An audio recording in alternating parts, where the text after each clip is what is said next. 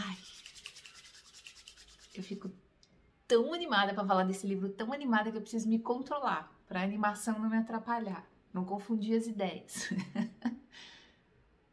Ai, mas que é bom, viu? Esse livro é bom mesmo. Doida para ler os outros. Tem muito livro para ler ainda.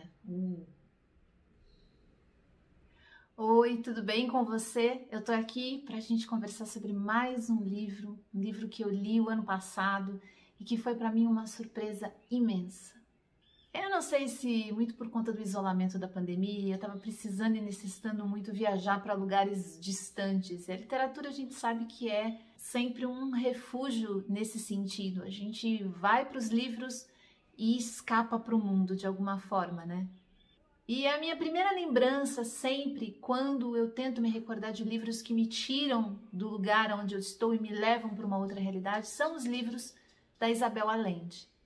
Tem gente mais antiga aqui no canal que vai se recordar que em 2018 eu fiz uma viagem para o Chile e nessa viagem eu tive a oportunidade de encontrar um dos meus livros preferidos da Isabel Allende, que é Inês de Minha Alma, e passei a viagem muito conectada com a história. Foi lindo, foi incrível.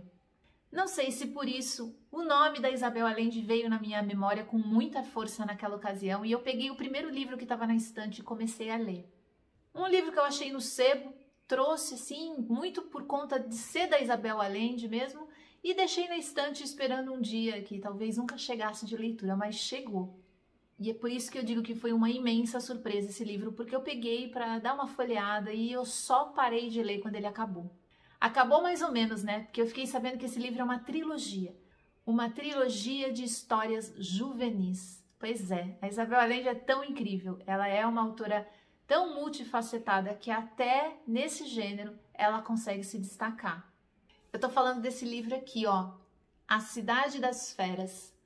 Esse é o primeiro volume de uma trilogia que conta a história de um garoto que começa como um garoto e vai crescendo, vai vivendo muitas aventuras e como toda boa jornada do herói, é uma história que prende a gente do começo ao fim.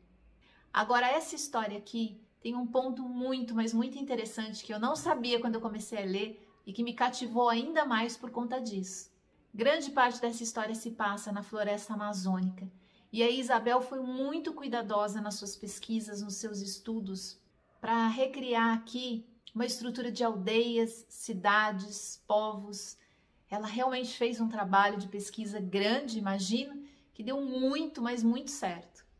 Então eu vou contar para vocês um pouquinho da história do Alexander Cold. Esse é o nome do nosso herói. Ele é um garoto que eu imagino que tem lá por volta dos seus 16 anos e que está assistindo, no início desse livro, ao momento da descoberta da doença da mãe. A mãe está com câncer e vai precisar passar por um longo tratamento fora da cidade onde eles vivem. Sem muita opção, Alex é enviado para a casa da avó, que é uma jornalista renomada e conhecida de uma grande revista chamada International Geographic. Nome parecido, né, com a da conhecida revista National Geographic. Pois é, Kate Cold é uma figura, gente. É uma avó excêntrica, totalmente diferente daquilo que a gente pode imaginar de padrão de vó tradicional, sabe? Ela é muito aventureira e é ela quem avisa a Alex que eles estão indo para a floresta porque ela precisa entregar um trabalho a pedido da revista sobre uma série de aparições de uma criatura muito suspeita, que ninguém sabe se é exatamente um bicho, um animal ou um humano, ninguém tem muita ideia. É uma criatura assustadora que vem assombrando diversas regiões e aldeias ali da floresta. E como esse é um tema que interessa muito a revista para a qual a Kate trabalha, ela foi enviada para justamente entender mais o que está acontecendo, colher informações, fazer entrevista com os moradores, enfim. Kate vai documentar essa série de eventos que está acontecendo na floresta e vai levar o neto que está ali com ela para essa aventura.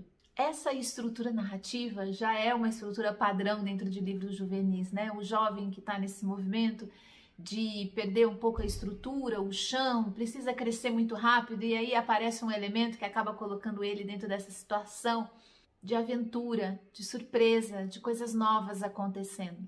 Mas eu preciso contar para vocês que esse livro aqui supera e muito qualquer outra história juvenil que eu já li nesse sentido.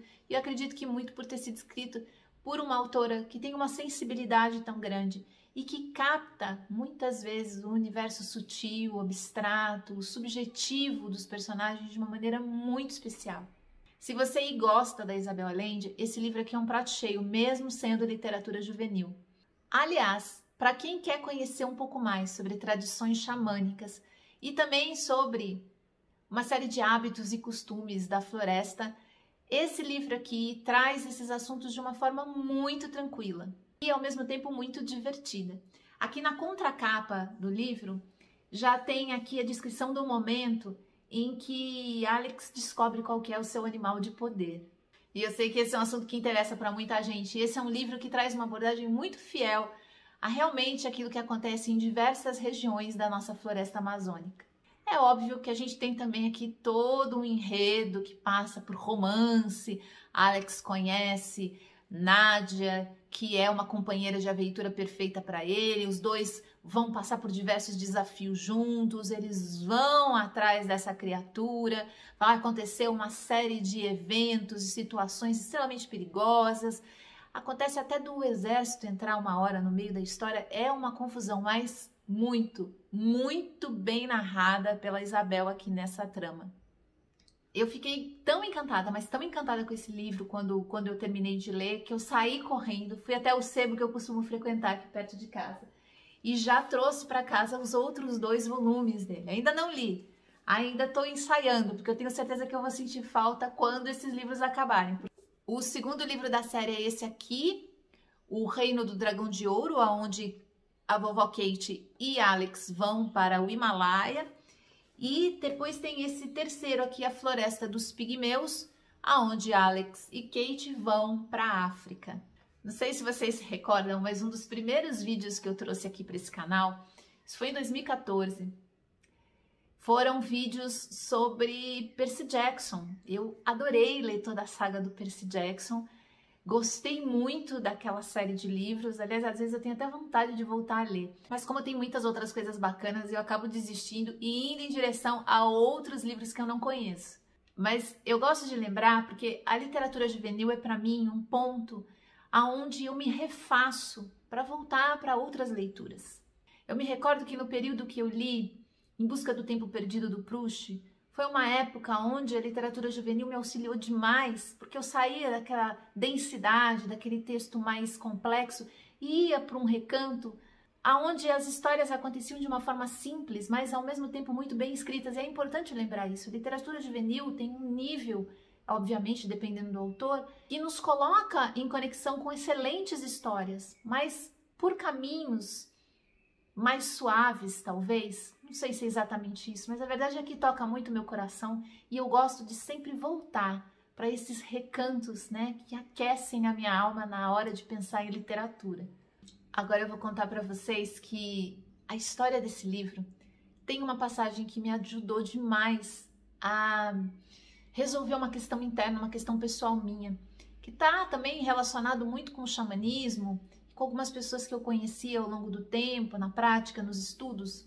De alguma forma, a Isabel, sem saber, escreveu uma história que conversava com a minha. Isso acontece muitas vezes, eu sei que não é um caso isolado, mas essa história, a história de Alex, um jovem estrangeiro que chega numa terra completamente diferente para ele, bastante assustadora, por sinal, né, para um jovem. A história de Alex me fez repensar tanta coisa na minha história e nas escolhas, nos movimentos que eu tinha feito ao longo dela. E esse livro já ganhou meu coração só por isso. Mas agora eu vou em direção aos outros e aí eu volto, complemento esse vídeo com uma série de outros para a gente falar um pouquinho mais sobre esses livros da Isabel Allende, que eu aproveitei, obviamente, e trouxe mais uns 5, 6 títulos dela aí. Nossa, minha estante agora tem uma parte dela que é só Isabel Allende. Que as deusas me tragam saúde e tempo para ler tudo isso. E conforme eu for fazendo essas leituras, eu volto aqui para contar para vocês, prometo. É isso, gente. Até o próximo vídeo. Fiquem bem. Tchau, tchau.